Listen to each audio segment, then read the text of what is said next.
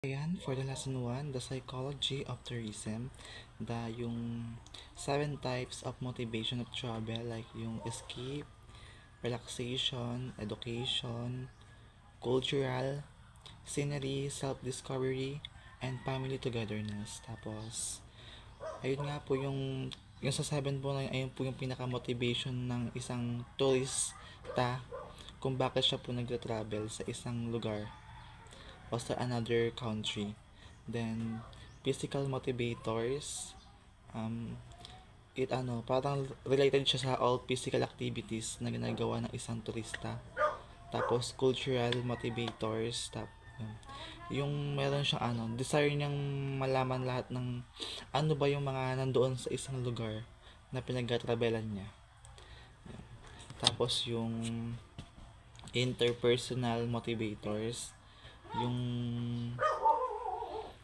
pakikipagsalamuha sa sa ibang tao, yung pakikipag-socialize niya sa ibang tao.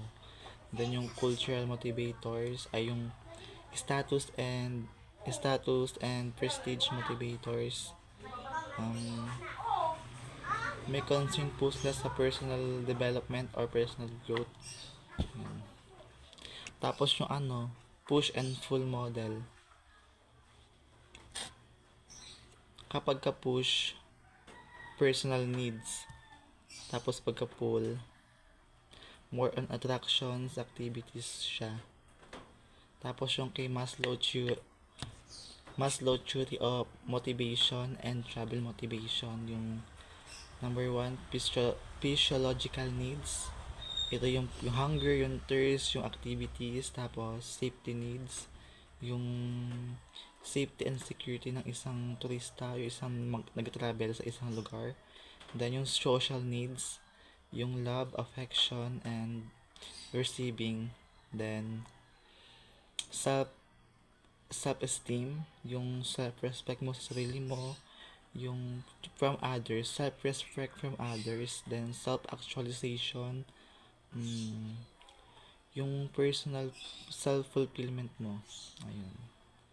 Tapos yung sa lesson 1 din po na lesson din ni Ma'am na lesson din po ng Aliana, yung classification of travelers based on purpose travel, yung business travelers, yung nag nag-travel sila dahil meron silang business, like yung mga business trip, ayun.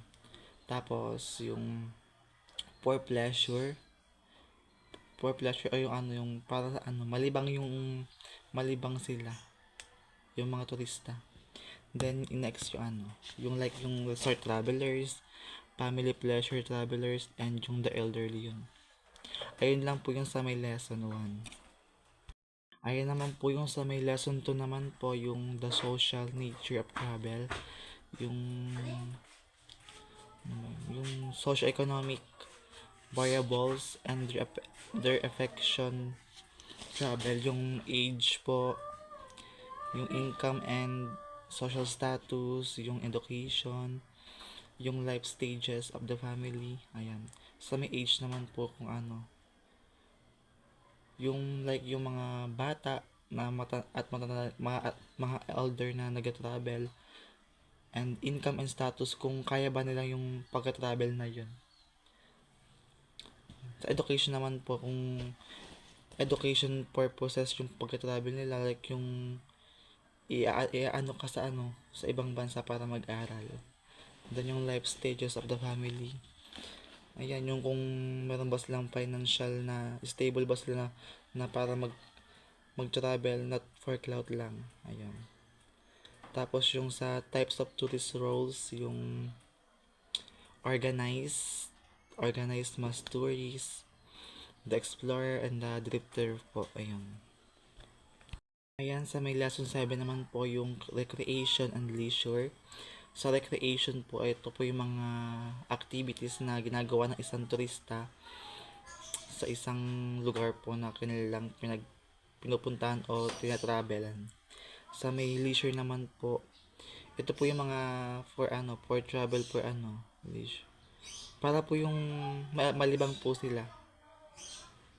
Ayun.